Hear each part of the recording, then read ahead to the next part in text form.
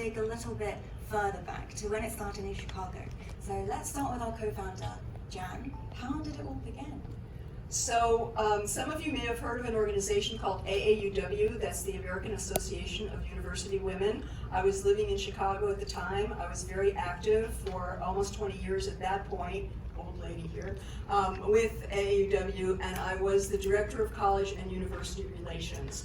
And we were looking for a way to bring young women and old women across the generations together, and we knew that there was this problem specifically with relation to women filmmakers that had been surfaced by Martha Lowson. Do anybody know about the celluloid ceiling, the term celluloid ceiling, or Martha Lowson's annual statistics? So I did an interview with Martha Lowson as part of this project kickoff, and she said, we need women to band together in the audience. It's not enough to put all the pressure on the creatives and have them go and speak for themselves, because you know what's going to happen, Jan. They're going to be told they're whining. And they're going to be told that if they were good enough, then there wouldn't be a problem for women filmmakers. And that was the moment at which the whole idea crystallized. It's in an interview that I did with her that's posted on my website in 2003. And she made the comment, which I'll never forget as long as I live: if we change media messages, we change the world. That's wonderful. And since its inception, there have been over 2,000 SWAN Day events. Well, that was when we were just counting up events. Now, since the pandemic, we were virtual here in New York for the past 3 years, and a lot of other people. So we really, honestly, we have no idea. But if you're out there next year on this day, the last Saturday of March, Women's History Month, please be planning now for a Women's History Month event, International SWAN Day. That's wonderful. That's a huge accomplishment to have thousands of events across the world, over 37 countries as well. So definitely very international.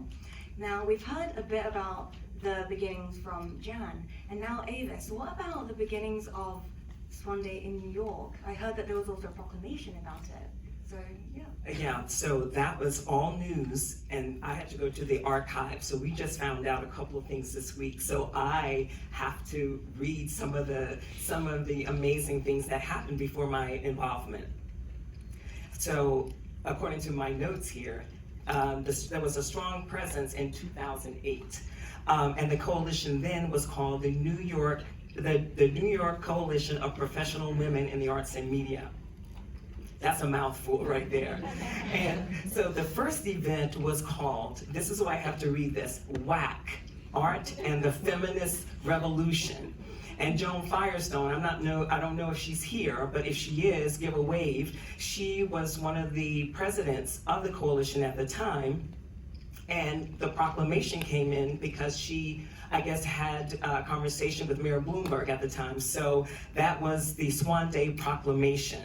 And then in 2009, we had several other events, and Martha Richards, who was one of the co-founders of SWAN Day, created a SWAN Day calendar, and it's on the Women Arts website. So Women Arts is very active participant of the coalition, and did a lot of work, and still continues to create a relationship with women in the arts, all of us here, and just keep us in the forefront, because this is a day of equality, so we want that to ring true in every aspect of women in the world.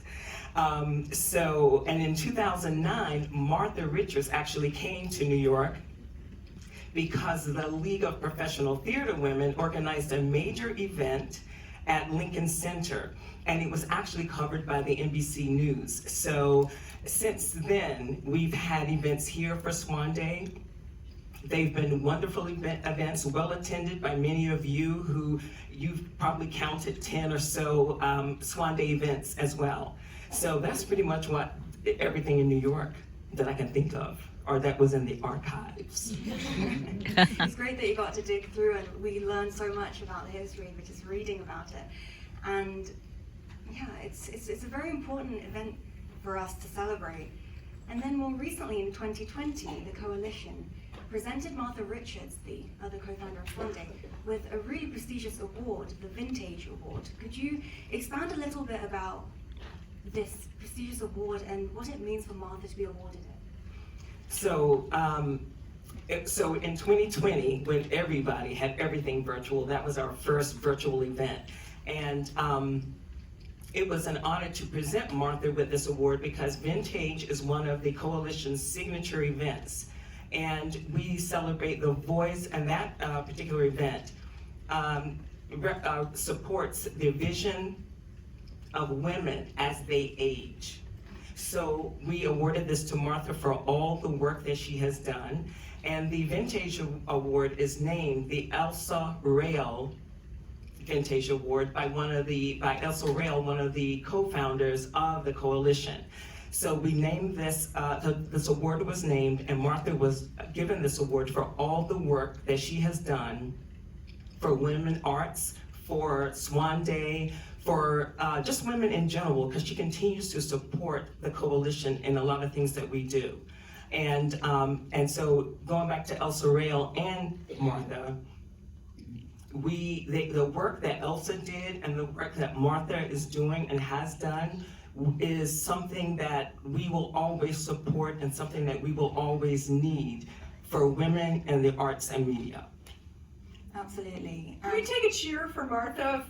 We're thinking of you, Martha! Yay! Yes, thank you so much, Martha, for all the work that you've done. And when Martha and Jan, when you first founded it, it was a bit different to the phase that SWAN Day is in now. Could you elaborate a bit on the phases and the growth that SWAN Day has gone through and why? Okay, so originally, as I said, this was an Illinois-based project called With a SWAN, Women in the Audience, Supporting Women Artists Now. And the idea was that there was a dyadic relationship between artists and audiences. The artist needed someone in the audience to respond to her work, to give her feedback, to give her encouragement, and oh yes, buy tickets, buy artwork, give money, because no money, no art. On the other hand, from the point of view of the audience, and this is what we as AUW took on as our mission, was to say, if you don't have women speaking for you, then the stories that you're going to get about life, all the stories about life, about women together, about women as mothers and daughters, about women as friends, as women across the board, with men as well as with other women, you're going to be seeing stories that are just told from the point of view of men.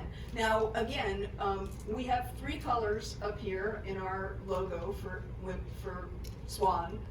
Pink is obviously women, gold is excellence, but purple is the aspirational world where everything's in balance and harmony. We don't want a world with no male filmmakers or male artists, but we don't want a world with no women. We want a world in balance. Again, across colors, across ages, we've really tried to convey with our graphics the universality of our cause. And so that was phase 1. And then Martha and I connected online. In connection, some of you may know that the Guerrilla Girls have been doing campaigns, Oscar year campaigns, to try to unchain women directors. You know, the idea that Catherine Bigelow was nominated for an Oscar in Hurt Locker, a lot of us really campaigned for that. So the first thing that Martha and I worked on together, completely on cyberspace, was something called the Push the Envelope Please campaign, where envelope was obviously Oscar. So then at the next meeting of the AUW Illinois annual convention, I had Martha invited by the board to speak at the convention with me, and we did a panel together. And this is our true but apocryphal tale that Martha was going to stay in Chicago. We planned some other events for her in Chicago while she was in the neighborhood, quote unquote, before she went back to San Francisco. We got in the car to leave the conference and drive back from Bloomington, Illinois to Chicago, which is about 90 minutes. We stopped for pizza. And we're sitting there in this pizza place on Route 55, somewhere north of Bloomington, Indiana, in Illinois. And Martha says to me, you know, I've been thinking about this SWAN concept, and I've been thinking about Eve Ensler and V-Day, and I think we should have a SWAN Day. And I said, I am in. Why keep it? I mean, Illinois is a wonderful place, and I was very sorry to move in 2012, but, you know, yeah, let's go global. If V-Day can be a day, so can SWAN Day. And that, it was really Martha's idea to just take this and grow it and move it across cyberspace. So we did. We just said to everybody, we announced our intention, because there already had been for several years programs in Chicago and all around Illinois on the last Saturday of every month, and we picked that date specifically that Women's History Month would then begin with the political and NGO and governmental focused International Women's Day, but that it would end with International SWAN Day, the voice of women artists. That was our conception of the new way to plan Women's History Month events. So AUW Illinois was great. They gave me a big certificate, you know, thanking me and how proud they were to be the incubator of the SWAN idea. And then we launched full flood into phase 2, which was International SWAN Day. The good news is, as Katusha described, we did phenomenally well. The bad news is that there's only so much you can do on one day. You know, unless your astral body, I mean, my astral body is in Chicago now at the SWAN Day celebration at the Gene Siskel Film Center. They're all watching the new movie Hilma about the artist Hilma af Klint. So my astral body may be there, but she's not really enjoying the movie, right? My body is here with you. So there's only so many places you can be in one day. So the giving the Vantage Award was in conjunction with Martha stepping back as executive director. So she's still running Women Arts, but not. She's officially retired, I believe now. I mean, that's what it says on the Vantage. I think that there was a transition, and as Ava's already said, that moment in time was coincident with the beginning of lockdown. In fact, we were all planning to be here that day, the 4th Saturday of March, and of course we were not. We were all home, so thanks to Adriana of Herflix, we were able to have a virtual movie. It was pulled together in about 3 days, but we did do a SWAN Day event with a film from Herflix, and then we proceeded from there. So that gave me time to say, okay, we don't want to have just one day anymore. We're too big for that. We don't want to confine the SWAN concept just to SWAN Day. So the birth of International SWANs as phase 3 is to say we are now global 24/7, 365. We can do SWAN Day any day of the week. Logo can be downloaded from the website, stick it on your cyber poster, send it on your Evite, have a SWAN Day event anytime, but then get together in coalitions like this to do SWAN Day every year. And I just wanted to say the award is called Vintage. I like that Vantage. We have the Advantage, but it's called Vintage. And another thing that I wanted to express about New York and SWAN Day, NYRIFT, we've done this event several times with NYRIFT, and you'll meet Terry Lawler later in the panel. She's a former executive director of NYRIFT, New York Women in Film and Television, and SAG-AFTRA, who have always sponsored the SWAN Day events for us in the past. So I wanted to give a shout out. So SWAN Day is a great way for us to recognize that it's not just the women artists that need to do the work, it's also all of us, the people in the audience. But if we want to take that into the present and the future, Avis, what, in your perspective, are the work that needs to be done moving forward, 2023 and beyond, if we want to support women artists now? Well, I am a big proponent of working within. So there are so many women, creatives, and artists here.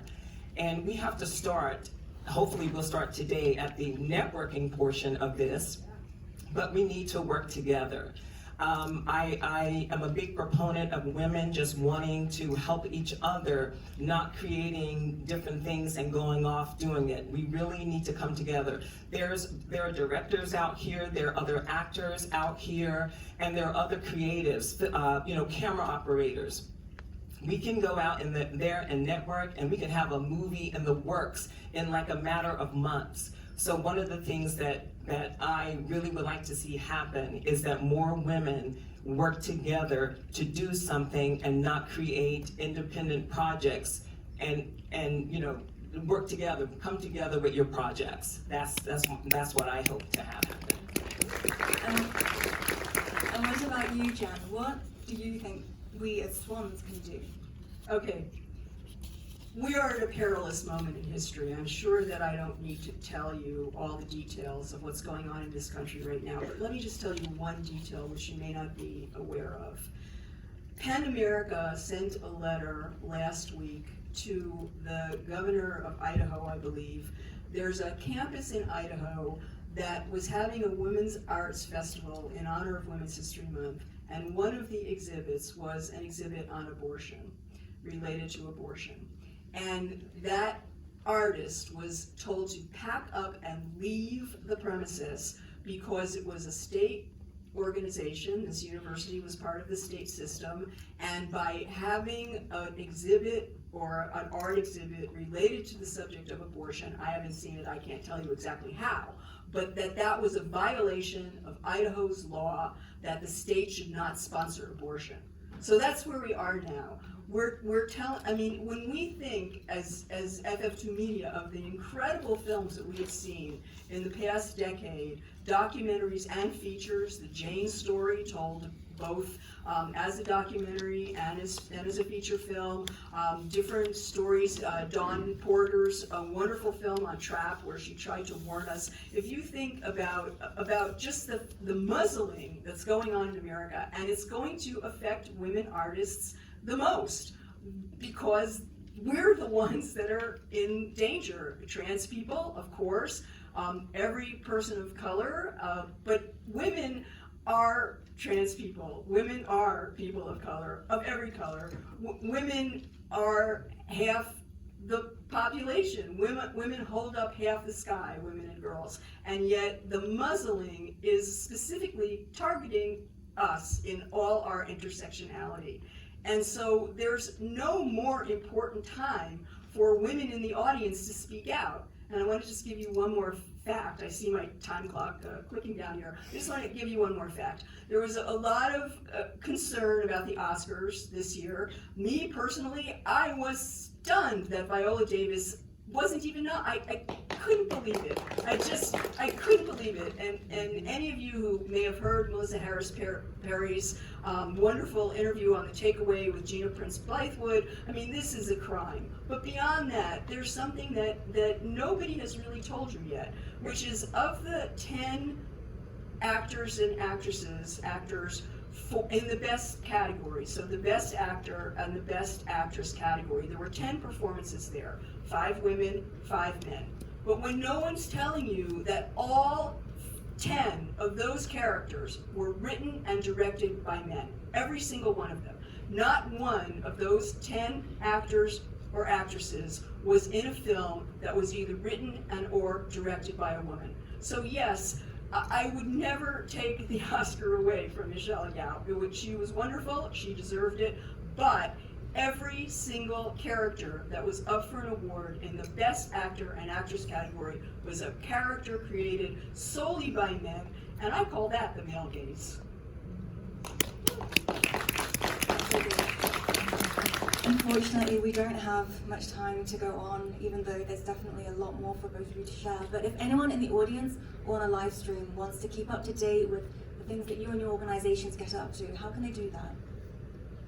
Well, there is an International SWAN's website now, and it's on all the information. In the Evite, you'll see that there's a description of each of the organizations, the major sponsors today. And if you go to iswans.info, then you'll be able to see new events coming up, get access to the logos to create your own events, and always merch, right?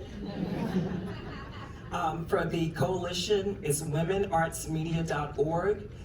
Please follow us on all social media. It's the same name, Women Arts Media. And we also have a Stage Op and Screen Ops newsletter. That would be great for everybody looking for a talent, looking for a camera operator, an actor. All those things are in our newsletter. So go to our website and sign up for them. And hopefully you can participate in the Collaboration Awards, which is another signature event that we get creatives, one of you out there, to collaborate with another one of you out there to create a piece of work and bring it to us, because we would love to have that. And we'll probably do that at the end of the year or next year. But just follow us, go to our website, and all the information will be there. Okay, so by the power invested in me as Mama Swan, I would like to call Terry Lawler up to introduce the next part of the program. We thank you all so much for coming in the rain and in the wind and a nasty day, and really have love for all of you here and for all of you live streaming, and then later watching this on YouTube later. Thank you all.